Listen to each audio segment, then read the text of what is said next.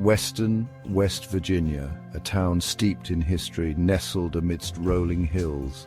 But beneath its serene facade lies a darker past, a chilling reminder of a time when mental illness was shrouded in fear and misunderstanding. This is the story of the Trans-Allegheny Lunatic Asylum, a place where hope went to die. Originally known as the Western State Hospital, this imposing structure stands as a monument to a flawed system, a haunting testament to the suffering endured within its walls. Completed in 1864, the asylum was intended as a beacon of hope, a sanctuary for the mentally ill. Instead, it became a place of despair, a prison where patients were subjected to horrific treatments and inhumane conditions. Today, the Trans-Allegheny Lunatic Asylum is a shadow of its former self.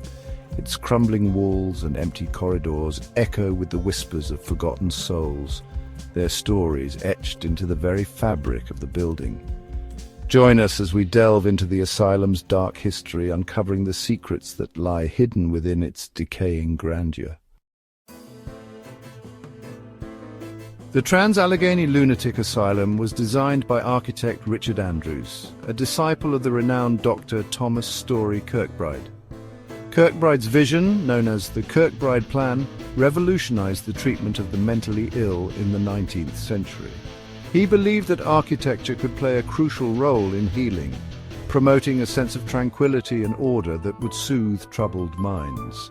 The Kirkbride Plan emphasized spaciousness, natural light, and ventilation. Asylums built according to his design featured long, rambling wings, each housing a different category of patients. These wings were connected by central corridors, allowing for easy access and supervision. Large windows flooded the interiors with natural light, while high ceilings and elaborate ventilation systems ensured a constant flow of fresh air. However, the lofty ideals of the Kirkbride Plan were often lost in the face of reality. Overcrowding, understaffing, and a lack of funding plagued asylums across the country, including the Trans-Allegheny Lunatic Asylum. What was intended as a haven for the mentally ill became a breeding ground for neglect and abuse. The construction of the Trans-Allegheny Lunatic Asylum began in 1858, a time of great upheaval in American history. The nation was on the brink of civil war and resources were scarce. The project was plagued by delays, and the outbreak of war in 1861 brought construction to a standstill. It wasn't until 1864 that the asylum finally opened its doors to patients. The Civil War had taken its toll, leaving the nation emotionally and physically scarred. The demand for mental health care soared, and the asylum quickly became overwhelmed.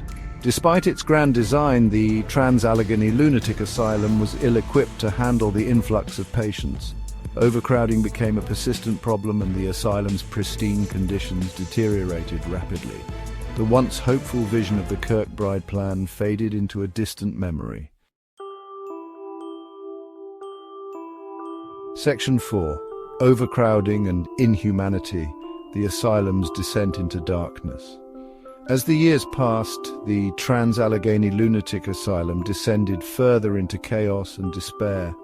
The asylum's population swelled far beyond its intended capacity, with patients crammed into overcrowded wards.